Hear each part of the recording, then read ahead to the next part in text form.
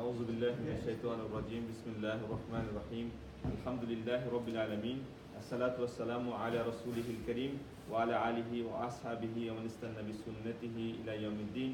السلام عليكم ورحمة الله وبركاته, brothers. This is the first slide. So Alhamdulillah, we'll start with the Surah Al-Aanam today, as we are going through the journey through Quran, and we have finished 100 ayahs of this the largest surah, largest Makki surah.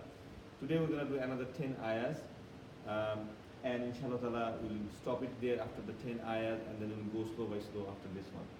So today's ayah starts with the description of Allah subhanahu wa ta'ala, some of his qualities and attributes. We talked before that this surah is mainly talking to the people of the Makkah, and the main problem of them, as that as you all know, that they are shirk. They are worshipping Allah subhanahu wa ta'ala, and they are associating partners with Allah subhanahu wa ta'ala. So they used to know Allah subhanahu wa ta'ala, but they used to have other gods, other idols. They used to associate them with Allah subhanahu wa ta'ala. So in this surah we find out that Allah subhanahu wa ta'ala give them ayah after ayah, telling them that this is what Allah subhanahu wa ta'ala did for you. This is look at the fruits, look at the plants, look at the tree and the rivers. These are all created by Allah subhanahu wa ta'ala. These are all signs. So Allah is trying to call them in the path of Allah subhanahu wa ta'ala, in the path of Tawheed, with different signs. And in the few ayahs today, in the first few ayahs, Allah subhanahu wa ta'ala is talking about himself, and he's saying that Badi'us samawati wal ard. The Badi'u means, which is in English translation, is the originator of the heavens, of the earth. This word Badi'u actually is the similar word that we use sometimes, the same root of Bida. As we know, the Bida means to create something new.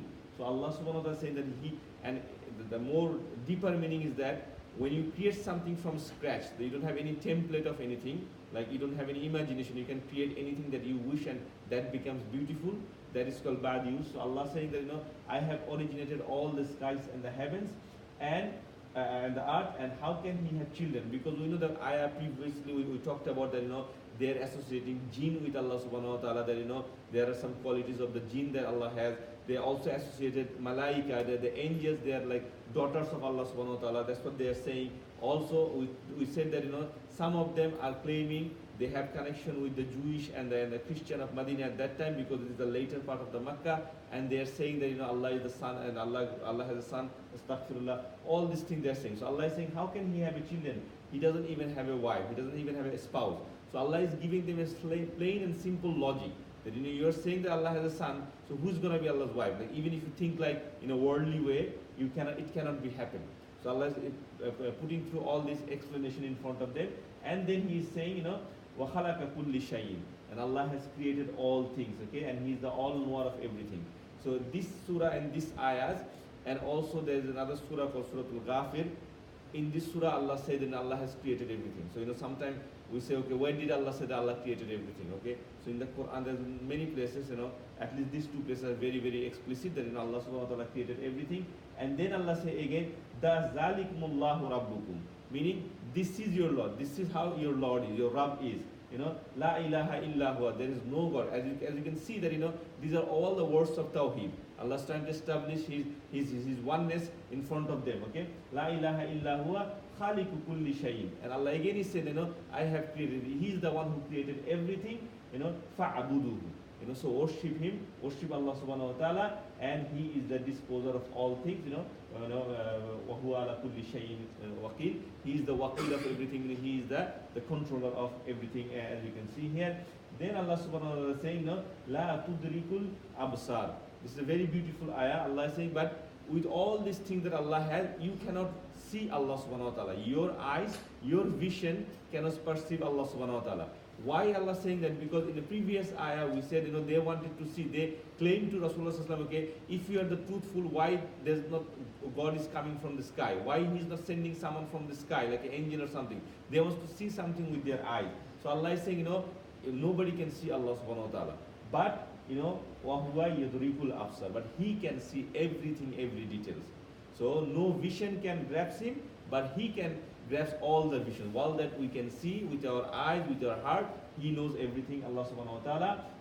وَهُوَ اللَّطِيفُ الْخَبِيرُ, and he is the Latiful Khabir. And the Latif means, he is like most accurate and most subtle. Like, even if there is subtle means here, like, any kind of precision he can find out, he can define. So it's not like, he can only see the big things. Even the smallest things, the smallest precision, the smallest measurement, is everything is observed by Allah subhanahu wa ta'ala. The next few ayah, Allah is saying, there has come to you enlightenment from your Lord. So Allah is saying that, there are other proofs and come to you. So whoever will see does so for the benefit of his soul, and whoever is blind against it, I am not the guardian over you. Where is it, I am not the guardian over you? It is Allah telling Rasulullah that you tell them that a lot of proofs has come. Don't ask for any more proofs. The Quran is a proof, Prophet is a proof, and if these are the things that if you want, you can take for yourself. If you don't, then you will be in the harmful state, and you, Muhammad you are not a guardian over them, because you are not in charge that what they're gonna do, what they're gonna believe or not believe. So don't worry about that. And thus do we diversify the verses of the disbelievers. We'll say, you have studied, and so we may make the Quran clear for people who know. So Allah subhanahu wa ta'ala says, this is how I give the ayah, the examples in the Quran in different way, and whoever has studied this, the Quran is a clear proof for those who try to know, who has intention to know more about Allah subhanahu wa ta'ala. They will find the Quran as a proof of Allah subhanahu wa ta'ala. And follow, O Muhammad, what has been revealed to you from your Lord. So obviously Allah is saying, follow all the instructions that come. But you have to understand, this is a Makki Quran. At that time, follow, in our language, when you say follow something, follow the path of Allah, what do we understand? We understand the ahkam, like, we have to do the prayers, we have to do fasting, the charity and all these things. But nothing has been revealed at this time. It is just like, the Makkah and Islam, you can say. It is only the good thing that Allah subhanahu wa ta'ala is telling to follow. Like, be, merciful to the yatim, give them food. Like, we say, all this surah, the Makki surah, are all talking about the human qualities. So Allah is saying, follow those things for the time being. These are the main qualities that you should follow.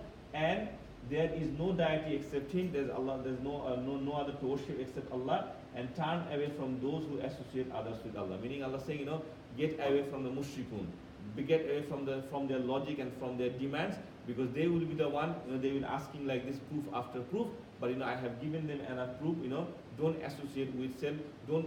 What Allah subhanahu wa ta'ala is saying to Rasulullah, that don't make yourself worry too much with their logic, with their explanation, with their demands, because this is Allah subhanahu wa ta'ala who is the wakil over all of them. The last few ayah for today. And do not insult those they invoke other than Allah subhanahu wa ta'ala, lest they insult Allah in enmity without knowledge.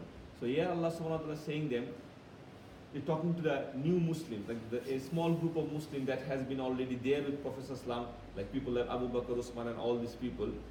Imagine those people were mushrikun before. So they are still their families, their brothers, their uncles are still mushrikun. So Allah subhanahu wa ta'ala is saying, don't insult them. Once you come from the, Jahiliyyah to Islam, you understand how bad it was to do shirk. And we have a lot of description of the Sahaba, like Abu Bakr, Umar and other people that, they feel, very bad, and sometimes they feel funny what they used to do in the time of Jahiliyyah. But Allah saying, even that thing, don't insult the other people.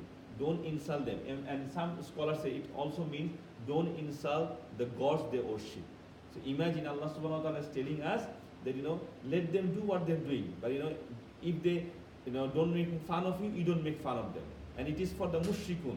So imagine sometime, in our Islamic discussion and dawah and debate, sometimes we talk with other religion and we try to make fun of them. What is in the Bible, this is very funny and this. So we should always respect what Allah subhanahu wa ta'ala said. Even if we talk to them, even if we know that is falsehood, but we should talk with them with respect, as Allah subhanahu wa ta'ala mentioned. And because, why Allah subhanahu wa ta'ala say that? Because if you imagine, it's a human nature, like we all love our countries, like, wherever we are from, Bangladesh, Pakistan, wherever we're from. But sometimes we find a lot of faults in our country, the political situation and everything. But when it is time for a competition, like a sports happening or something, all of a sudden we try to protect our country, we support our country. Okay, our inside love comes out in a more diversified way. Okay, why it's so? And that's what I was mentioning. If you talk bad about their thing, you are creating a competition between Allah subhanahu wa ta'ala and their gods. And at that time, without knowledge, they will try to insult Allah subhanahu wa ta'ala. They will take it as a competition.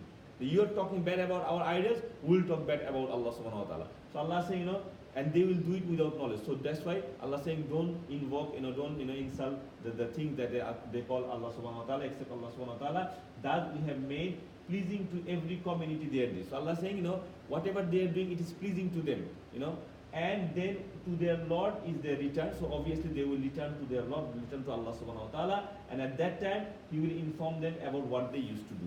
So what Allah subhanahu wa ta'ala is saying, I have given them proof, the books, the prophets and everything. Still they are doing the thing. Let them do not insult them. When they will come back to me on the judgment day with this rejection, with this kufr in their heart, I will tell them what wrong they used to do. And they swear by Allah and their strongest oath that if a sign came to them, they would surely believe in it.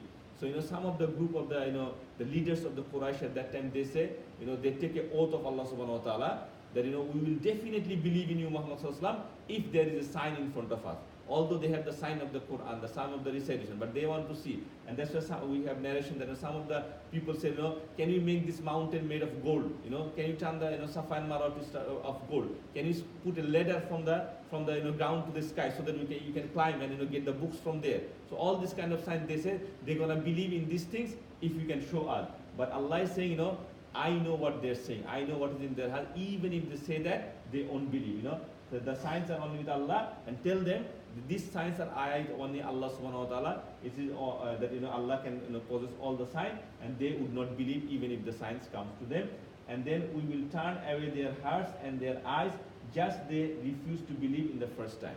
So Allah subhanahu wa ta'ala is saying, when the first time Prophet went to them and the proof came to them, the Islam came to them, they has rejected this.